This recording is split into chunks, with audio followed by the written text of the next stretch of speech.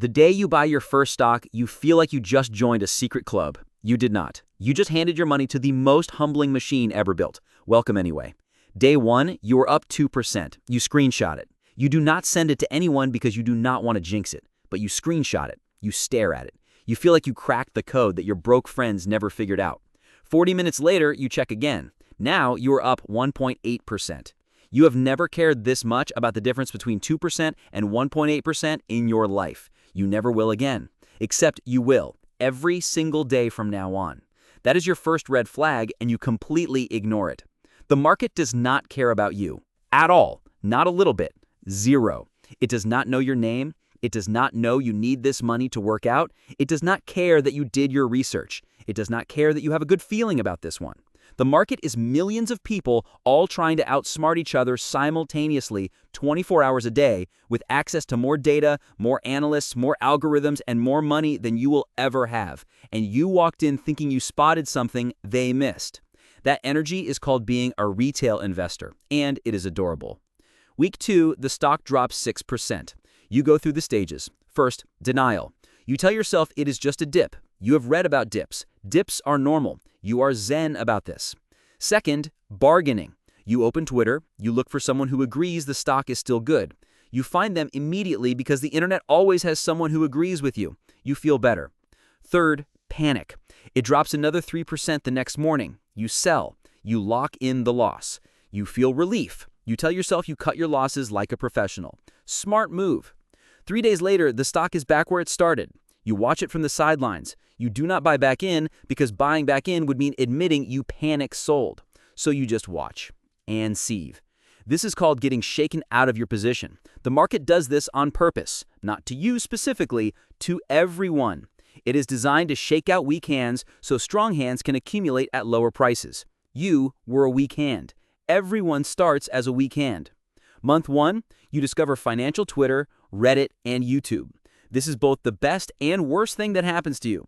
You find people who turn $5,000 into $500,000. They post their portfolios. They use terms like alpha, conviction plays, asymmetric risk, and generational opportunity. You find people losing their minds over a stock dropping 2%, calling it a scam, calling the CEO a criminal, saying they're going to zero. You find people who predicted the last crash. They're currently predicting the next crash. They have been predicting the next crash for 4 consecutive years. All of these people have opinions that feel like facts. None of them are responsible for your money. Only you are. The noise is deafening, and you are going to spend a lot of time in it before you figure out how to tune it down.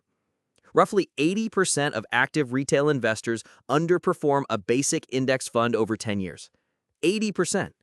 That means 4 out of 5 people who do what you are doing right now, picking stocks, reading charts, following earnings calls, building watch lists, end up with less money than if they had just bought the index and went to sleep. The index does not have opinions. It does not get scared. It does not FOMO into meme stocks at all-time highs. It does not revenge trade after a bad week. It just holds everything and compounds quietly. You, on the other hand, have feelings, and feelings are expensive. Month 3, something wild happens in the market. Maybe it is a Fed announcement. Maybe a company misses earnings by 2 cents and drops 30% overnight. Maybe some macro event in a country you have never thought about starts crashing global markets. You wake up to your portfolio down 15%.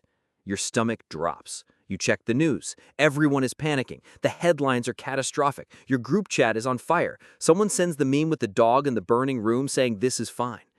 This is the moment that separates the people who build wealth from the people who donate it to someone else. The people who build wealth do nothing. They have seen this before, not personally, but in the data. Markets crash, markets recover. Every single crash in history has been followed by a recovery. Every single one. The people who donate their wealth to someone else sell at the bottom. They call it being responsible. They call it protecting what they have left. What they're actually doing is locking in the loss permanently and handing a discount to whoever buys their shares the next morning. Selling in a panic is the most expensive thing most retail investors ever do. More expensive than bad stock picks, more expensive than fees, more expensive than almost any mistake you can make. Year 1 ends, and you do the math. If you were in a bull market, you probably made money. You think it is because you are good. You are not good yet. You were in the right place at the right time. The market carried you. If you were in a rough year, you probably broke even or lost some. You think it is because you are bad at this. You are not bad. You are just new. And new is expensive everywhere. Either way, you learned something you could not have learned from a book. You learned what your risk tolerance actually is. Not the one you put on the brokerage questionnaire where you said you were comfortable with volatility. Your real one.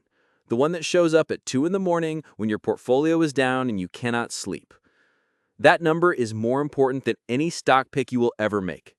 The stuff nobody posts about. Taxes. Every profitable trade you close inside a year gets taxed at your income rate in most places. Trade a lot, pay a lot. The index fund sitting untouched for decades, barely taxed until you sell. The system is built to reward patience. Most people still fight it. Sleep. Actively managed portfolios follow you into bed. You check prices in the bathroom. You dream about candlestick charts. You wake up anxious before market open for reasons you cannot fully explain to your partner. This is real. Studies show active traders have measurably higher stress hormones than passive investors. The market rents space in your head and it does not pay. Fees. Every transaction costs something. Small numbers that feel irrelevant, add them up over 5 years of active trading and you will find a number that makes you want to sit down. FOMO, the absolute killer. You see a stock up 40% and you buy in at the top because you cannot stand watching it go higher without you. It corrects 30% the next week. You are now holding a loss on a stock you never believed in just because you could not tolerate missing out. FOMO has destroyed more portfolios than any market crash. You read the world differently. A central bank announcement that meant nothing to you before now lands differently. You feel it. A company reporting earnings, a jobs number, an inflation print, your brain connects these to real things now, to your portfolio, to your future. You stop seeing money as just a number in an account. It becomes something with mechanics, something that moves, something that either works for you or sits there slowly losing value to inflation while you do nothing. You understand, viscerally, why some people stay broke their whole lives with good incomes and why some people build real wealth with average ones. The difference is not intelligence. The difference is behavior, and your behavior in the market is a mirror. Every panic sell, every FOMO buy, every revenge trade after a bad week, that is you unfiltered. The market does not create your worst instincts, it just charges you for them.